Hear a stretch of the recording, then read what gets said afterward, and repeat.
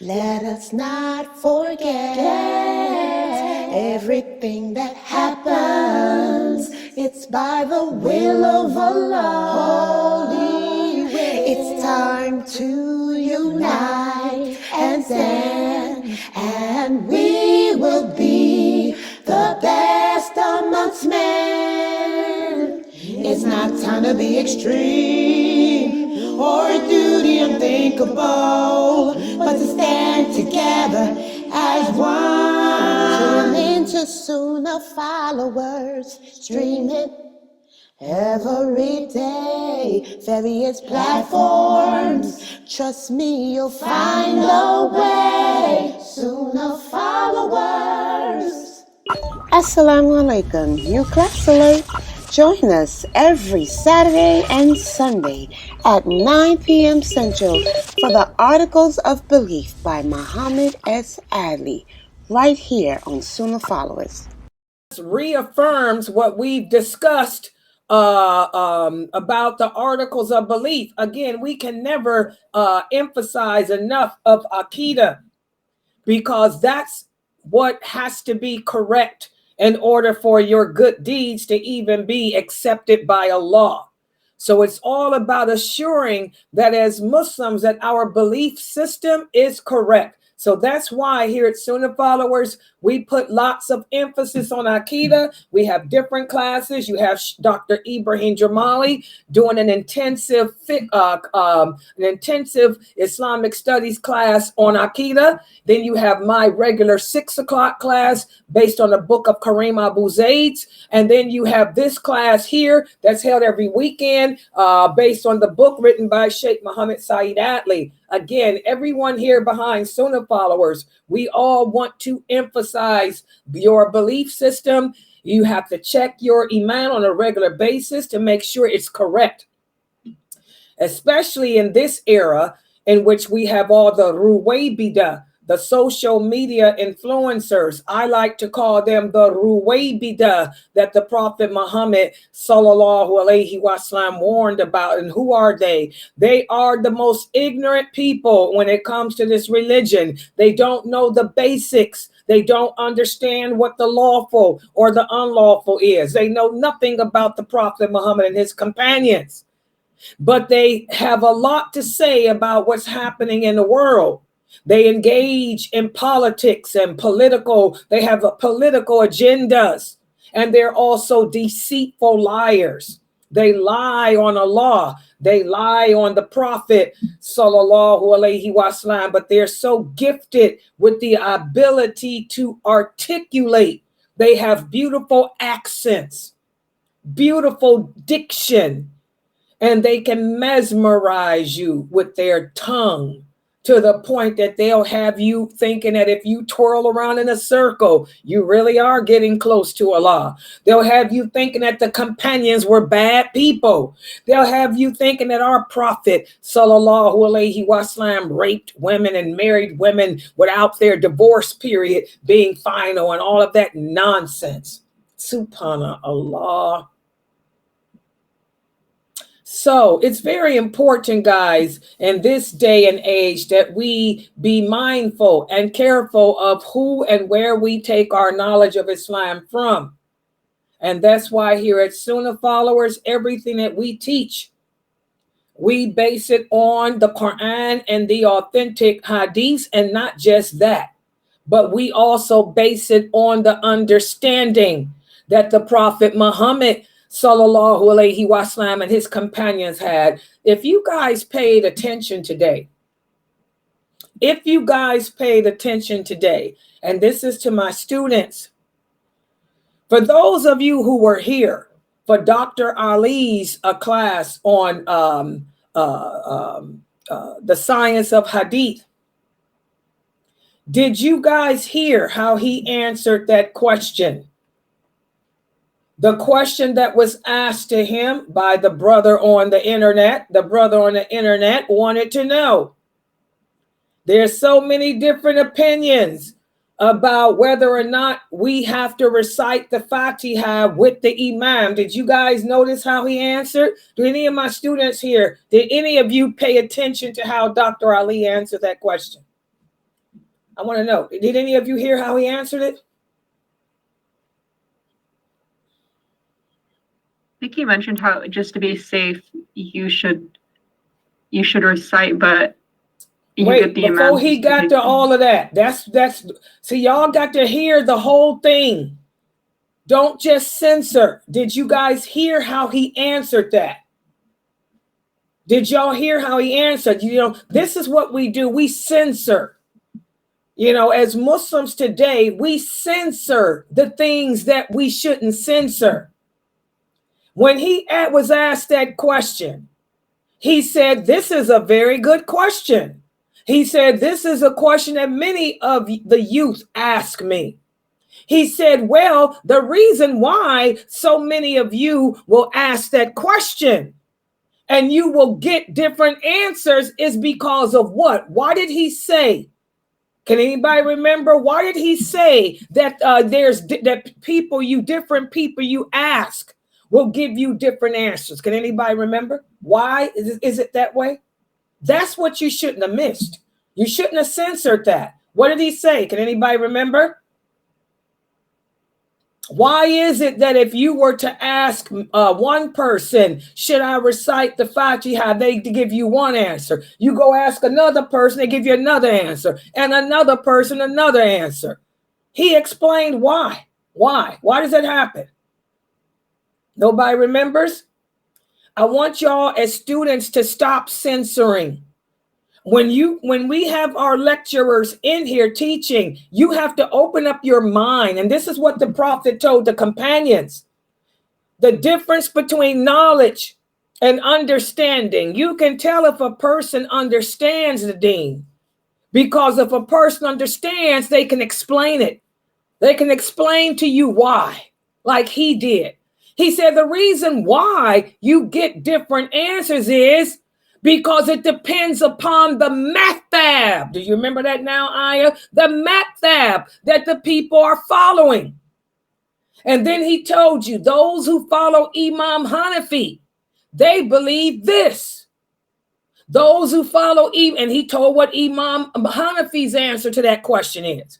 Those who follow Imam Malik, they say this, and he told what his answer is. Those who follow Imam Shafi, they're this. And he went on. Imam Ahmed is this. He said, that's why, brother, you get all these different answers. And then he explained, where did Imam Hanafi get this from? Where did Imam Malik get his answer from? Where did this person get their answer from? He explained different companions. Abu Huraira, he was under the impression that you should recite after the imam to be safe. That's one answer he gave. Ibn Umar said, you don't have to recite except in the silent prayers that the imam says. And that's why so-and-so, Matt Fab, says that. And then he said Imam Malik says and Imam Hanafi says, you know, what they say because Ibn Abbas said the recitation of the imam is the recitation for everyone. You remember when he did that, Ayah? And then he said, so that's why, and all four of those, well, it was three, all three of those opinions are correct. Because again, one of the madhabs took from what Abu Huraira said. Another madhab took from what Ibn Umar said. And the other madhab took from Ibn Abbas. And then after he explained that, he told you which opinion he supports. He said, he supported Abu Huraira. Y'all see that?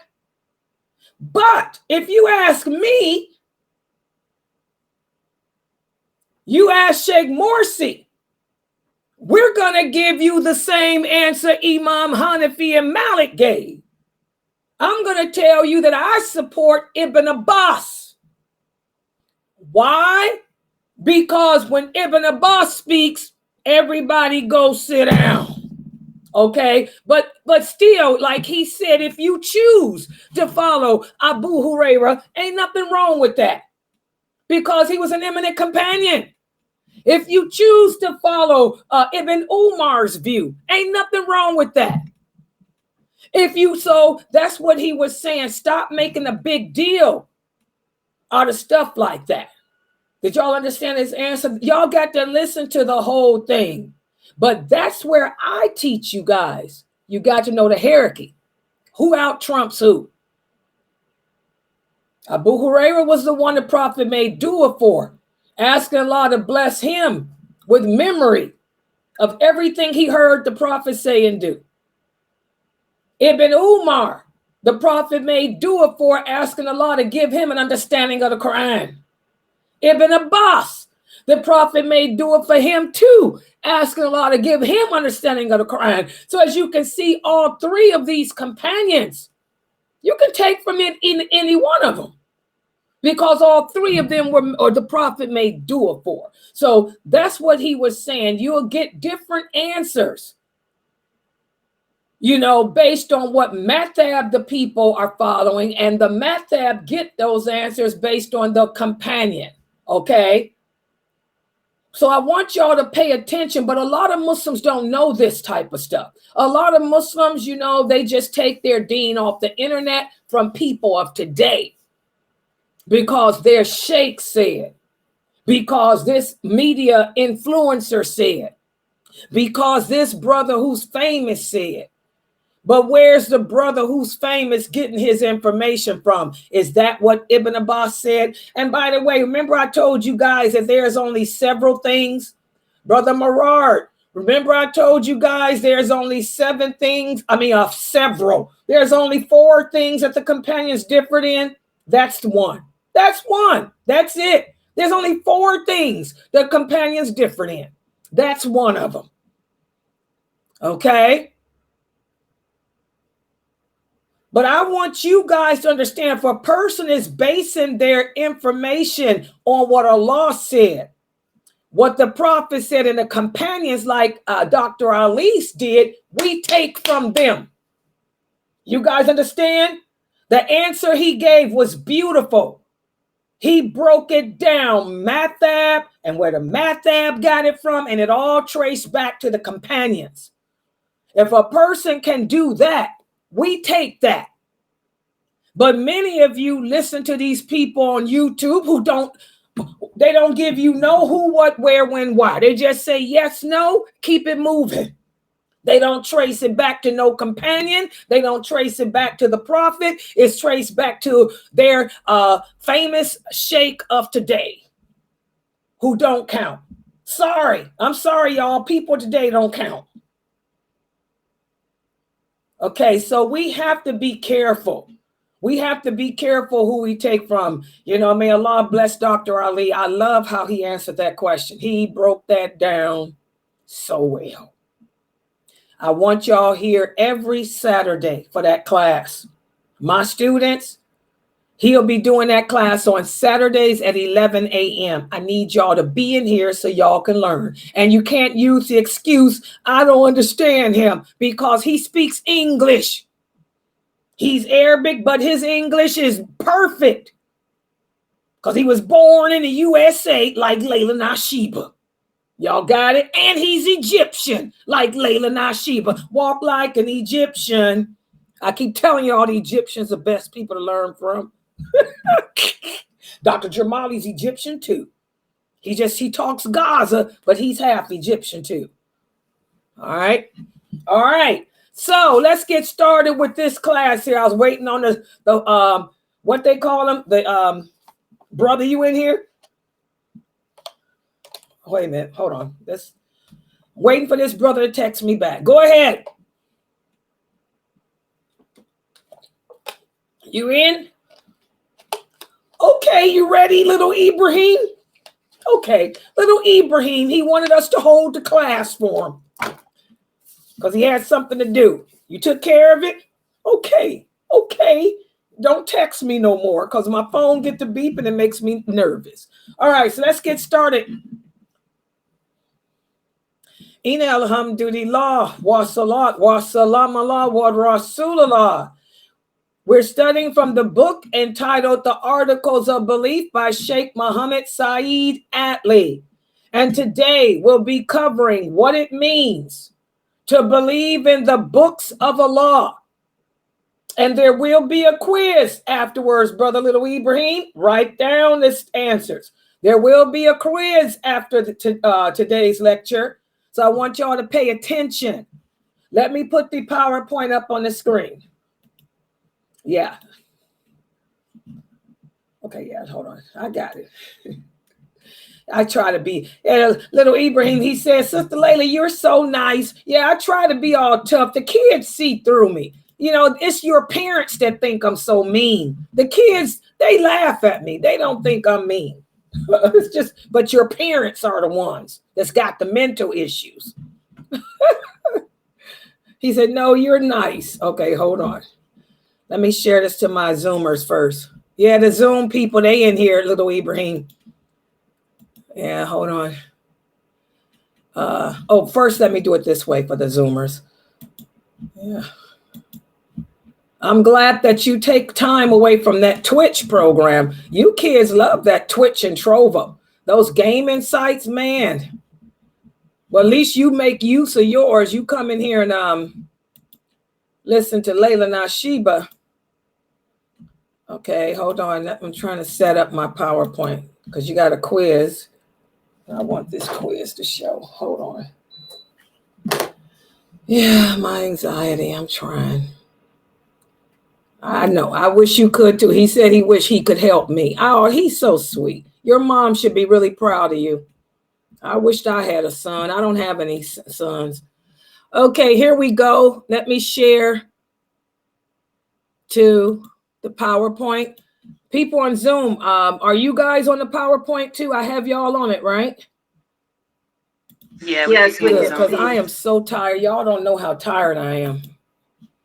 Oh, this streaming, man. I'm so sleepy. Okay. Everybody can see. Okay, here we go. Okay. We're covering pages 31 through 34 of the book entitled Belief in the Articles of Belief. And we're covering pages 31 through 34 today, which speaks about Allah's books. Let's take a look here. I want everybody to ponder this verse of the Quran, where Allah says in the interpretation of the meaning, the messenger has believed in what was revealed to him from his Lord, and so have the believers. All of them have believed in Allah and his angels and his books and his messengers, saying we make no distinction between any of his messengers. And they say, we hear and we obey, and we seek your forgiveness, our Lord, and to you is the final return. Now, this is a very, very important, ayat, of the Quran that Muslims today deviate away from.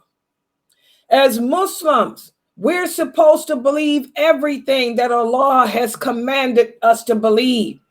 We believe everything that he says in his books. We believe everything he's told us about his angels, the prophets, and we don't go around arguing as to which prophet is better than the other. And this is what these brothers today who set up these dawah booths need to understand. They sit on the street corners arguing with the Christians, saying this prophet's better than that one. Well, as Muslims, we don't make any distinction between them. And when Allah commands us to do something, we don't question it. The believer says, oh Allah, we hear you. Oh Allah, we obey you. We don't go around asking why Allah said he forgives all sins in one verse, but then in another verse, he says he doesn't forgive suicide or something. That's because of your ignorance. Okay, we hear you, Allah. We obey you, Allah. And unto you do we seek forgiveness, and unto you will be our final return. There's a hadith that goes with this verse of the Quran. Remember, the Prophet sallallahu alaihi wasallam said you will never understand the Quran until you learn the hadiths. Well, we have this famous hadith where one of the companions tells us, he says, we were sitting with the Prophet sallallahu alaihi wasallam, and there appeared before us a man dressed in extremely white clothing, and he had very black hair. And we could not look at him and tell that he was a traveler, and none of us knew him. He sat close to the Prophet and rested his knee against the Prophet's knee. And he said, "Oh, Muhammad, tell me about Islam." And the Prophet told him about Islam. Then the man said, "Tell me about faith." And the Prophet said, "Faith is to believe in Allah, his angels, his books, his messengers, the last day, and the good and the bad of the Qadr." And the man said, "You have spoken the truth." This famous hadith, as everybody knows, sallallahu alaihi wasallam, this famous hadith is the hadith of Jibril. The Prophet Muhammad sallallahu alaihi wasallam did not teach himself this religion. He learned the religion from the angel Jibril. That was his teacher. And Jibril alayhi salam would come and ask him questions after teaching him the meaning of the Quran. Jibril would come back and question the Prophet to see if the Prophet sallallahu alaihi wasallam understood the message. And with this hadith, the simple fact that the Prophet said to believe in Allah first, and then his angels, and then his books, this is the proper order of belief we should follow. And this is a question that one of the brothers asked the other day. Sister Layla, what if I said believe in Allah and then his prophets and then his angels? Is that okay? Yes, but I want you to know the proper order. The proper order is Allah first, and then his angels, and then his books, because this is the order given in this hadith. We try to emulate the Prophet Muhammad sallallahu alaihi wasallam and narrate him the way he narrated it. Okay? So, we're going to speak about what it means to believe in Allah's books. And I tell you guys that Arabic is a language, not a religion. And Arabic is nothing like English. So be careful calling people out in regards to this religion when you don't speak Arabic and your English is even crazy. You're going around calling yourself a revert when the name is convert. Learn English. Don't worry about Arabic. Well, the word kutab, this is the plural of kitab, which refers to a book, or it can mean something that has been written down. So when we hear the word kutab, which is the plural of kitab, it's referring to the books of Allah that Allah sent down as a guidance to us as human beings and jinn, because the jinn have to live by him too.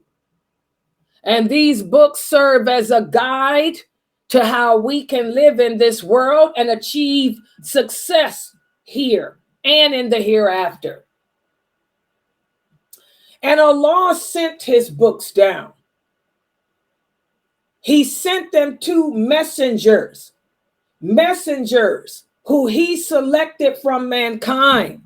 And they were tasked with the job of revealing them to everybody, not just anybody, but everybody.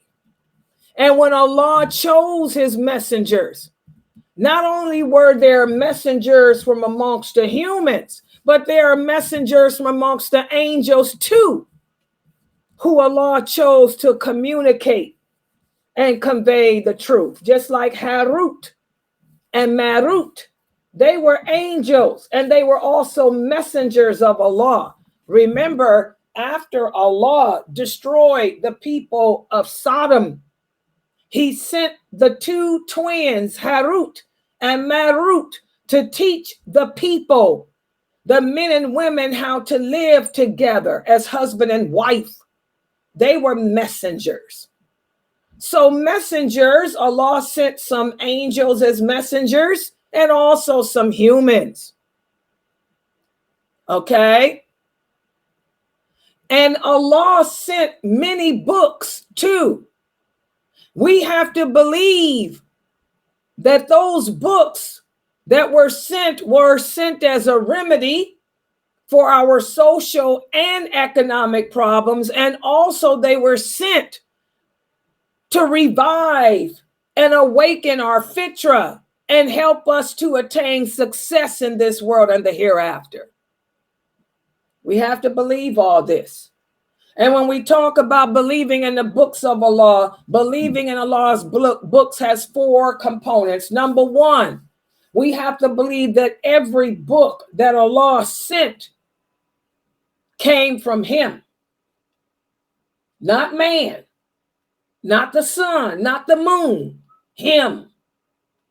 Secondly, we have to believe in the books whose names that we know of. For example, the Quran was sent to the Prophet Muhammad, sallallahu alaihi wasallam. The Torah was sent to Moses, alayhi salam. The Injil was revealed to Jesus, alayhi salam. And the Zabur was given to David. We believe all of this because Allah has told us this. And since we believe that Allah sent books for our guidance, we believe in all his books, those that we know of and those that we don't, because Allah sent other books too, guys. Just like there's many prophets, Allah sent over 24,000 prophets, but he's only the ones that he mentioned to us. These are the ones that were the best. So don't you think Allah sent books to them, some of them too? But those books were not better than the ones that he did mention, such as the Zabur, the Torah, the Injil, and the best of them all is the Quran. And just so you guys know, whenever Allah sent a new book, it replaced what came before it. Allah tells us this in the Quran, that the Quran replaces everything that came before it. So the Bible doesn't exist anymore. Allah destroyed it. That's why I don't understand, and that's why no Muslim should be reading these man-made books. The original Bible is gone. Allah said he destroyed it. He destroyed the Torah too and replaced them both with the Quran. He tells us if you want to know what was in the original Bible, what was in the Torah, simply read the Quran. Because whatever good was in those books, he said he put it in the Quran. So Muslims today should not be reading anything except the Quran. But we're in the days of the Ruwaybidah and the days of fitan. And now you got Muslim kids growing up reading Bibles that are not even true books anymore. We believe in the original Bible, the original Torah, which were destroyed. Okay?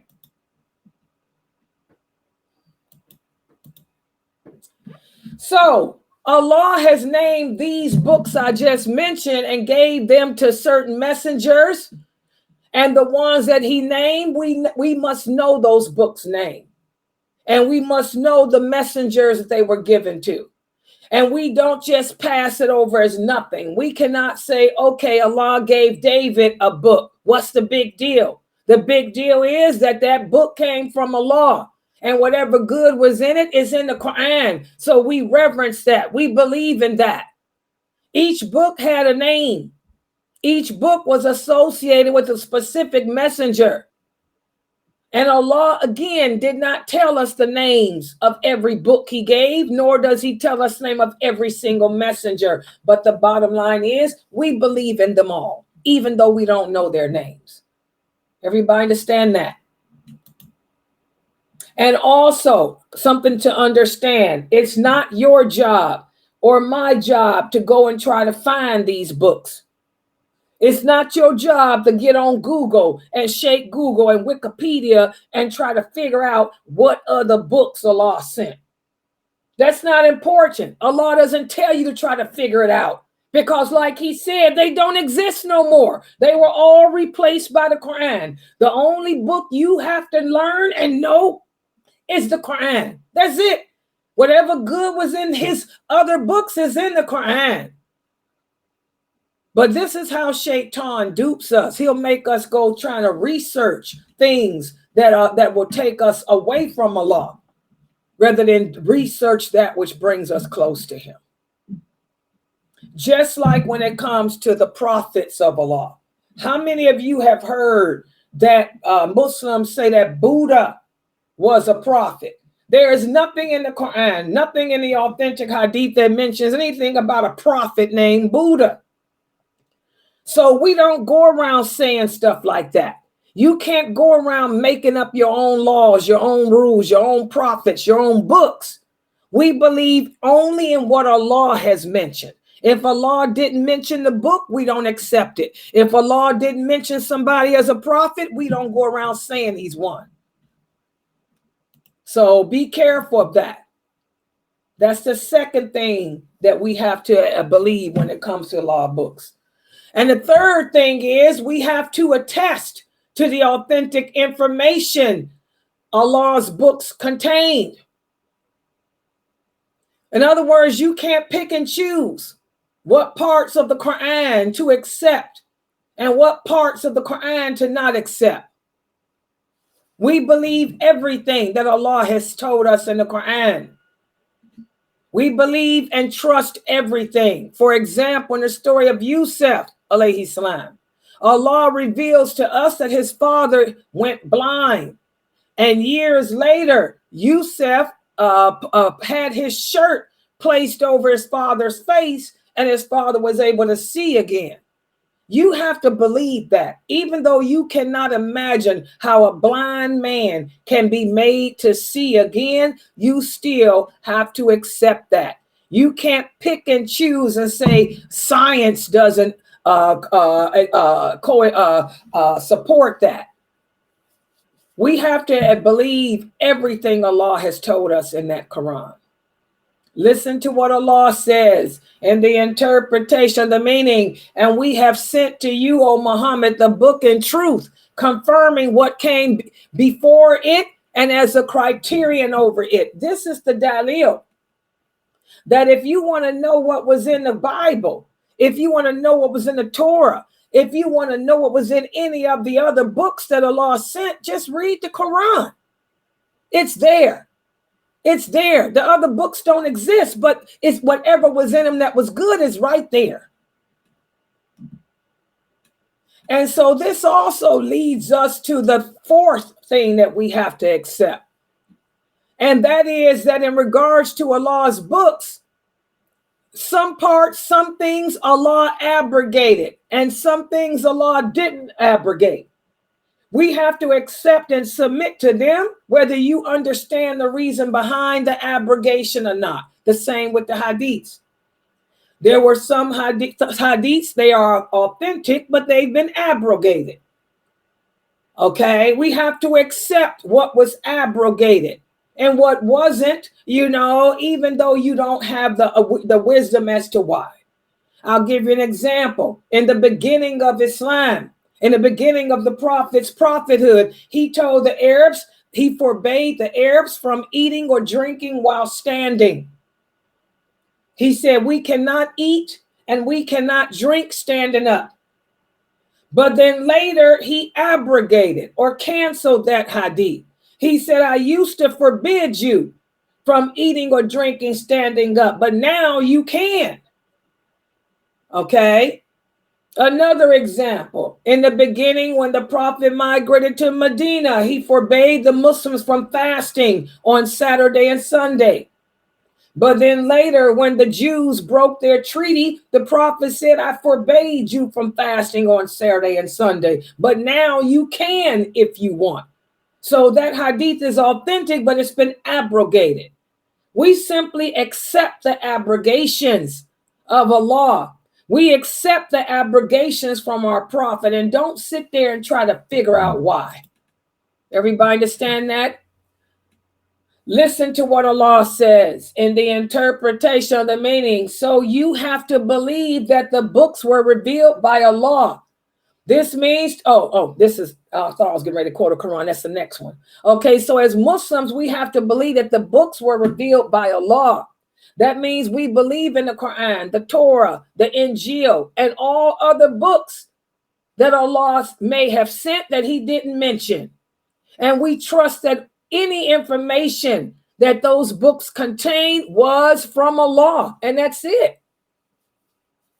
Does that mean that we read the Bible today? No, because the Bible doesn't exist today. Does that mean we read the Torah? No. Remember the hadith of Umar, where the prophet saw him, he was reading the Torah to the prophet, and the prophet got angry and turned away from him and told him, you don't know what's true in that book and what isn't, because that book was destroyed. It was replaced with my book, the Quran. And even if Moses were living today, he'd have to follow the Quran and my Sunnah, not the Torah and his. Okay? So again, I want all these children listening to me to know that you should not be reading any books but the Quran. No Bible, no Torah, nothing but the Quran.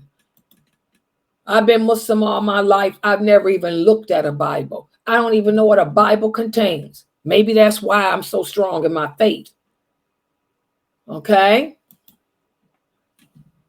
So now what I want to do is give you guys a quiz on today's little short lecture to see how well you guys understand. First question.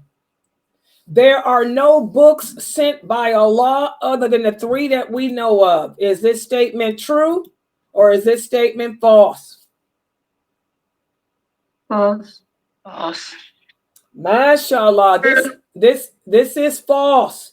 Even though we don't know those other books, we still believe that Allah sent others. It's just because we don't know their names doesn't mean that Allah didn't. Okay.